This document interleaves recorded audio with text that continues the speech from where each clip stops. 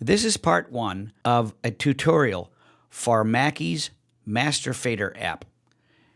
We have already turned on the Mackie DL32R and the Apple Airport Express router. If you have an Apple Airport Express router or an Extreme router, I highly suggest getting this free app from the App Store. It's called Airport Utility. It is used to configure your Apple router. It's wonderful. Okay, let's get started. First thing we do is we go to the settings, and we need to make sure that our iPad is communicating with the router. And it is. Right there. Locked DL32R, that's what I named mine. Okay, let's open up the Master Fader app. We now need to connect the app to the router. Even though the iPad is communicating to the router, we still need Master Fader to connect. We hit this little gear icon. We can choose to run offline with a DL1608, a DL806, or the DL32R. But we're running wirelessly, so we'll choose that. This is a show that I'm doing this weekend. So let's get started at the very top of the first channel, which is our kick drum. Click the top area. This gives us all the information we need to know about this particular channel. That's by clicking the very top section right there.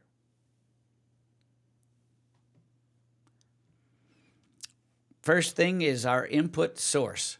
We have A and B. If you choose A, that means whatever is connected to the XLR input is going to feed this channel. If you have B chosen, that will accept audio from your USB port in the rear, whether it be your hard drive connected directly to the DL32R from a multi-track recording that you did in a sound check or a concert, or your laptop computer, either one. Next, we have the red gain slider. That's just like any other gain on any mixing board. It sets the amount of level that you want going into that channel. A good level, good solid level is what you want. Too much is not good, distorted. And you will always set this level before the channel is even unmuted. You want it good solid green, maybe some yellow. Next one down is the trim slider. That is an adjustment for the USB signal coming in. If you're using this with a DL1608 or a DL806, it can be used to raise the signal coming in without having to go down to the stage and actually turn the knob. It's not the correct way to do it. It's easier to just make an adjustment using the trim instead of going down to the stage and turning the knob. To the right is 48 volts. That turns phantom power on for phantom-powered condenser microphones, direct boxes, etc. The button below that is a phase reversal switch. That reverses the phase of the signal coming into this channel.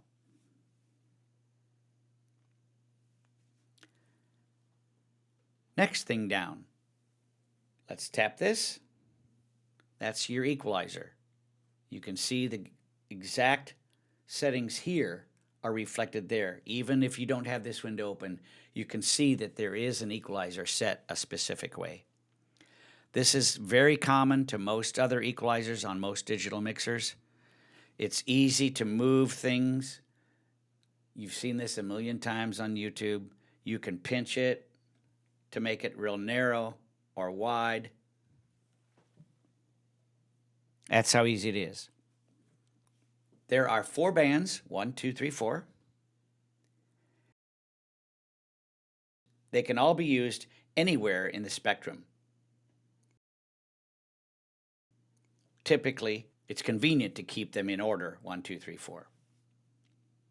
We will come back to this because there's quite a bit of information that I want to share about the equalizer and presets. Now let's swipe up to the next feature. We're still in what we call processing. That's the equalizer. We can swipe up and we get the gate and the compressor. Again, there are presets I highly suggest, I cannot stress this enough, I highly suggest that you never use a gate unless you know exactly what you're doing. That's just the best advice. The compressor is a device that will automatically reduce volume of a particular sound if it's too loud. And that's a threshold setting that we establish. Notice we were swiping up and down. You can also swipe to the next channel. If you can see this area here that doesn't have any information in it, that's a good place to swipe without messing up anything. You can also go, notice we're on the second channel, snare drum. We can go right back to the bass drum like that. It's a real great way to look at and verify settings of certain things. After you get used to this app, you will find that things can be done very quickly, and that's important. So even though we swiped, even though we're on the equalizer, we went to the other two processors, which is the gate and the compressor. We can access those directly by just tapping the area below the equalizer. That gets you access to the compressor and the gate. Again, we'll go over those later. Next thing down is the pan. This is a slide widget that adjusts where you want the sound, center, left, or right.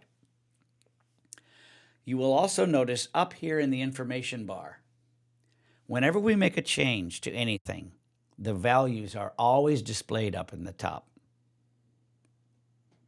Also, if you want to get back to center, you can double click.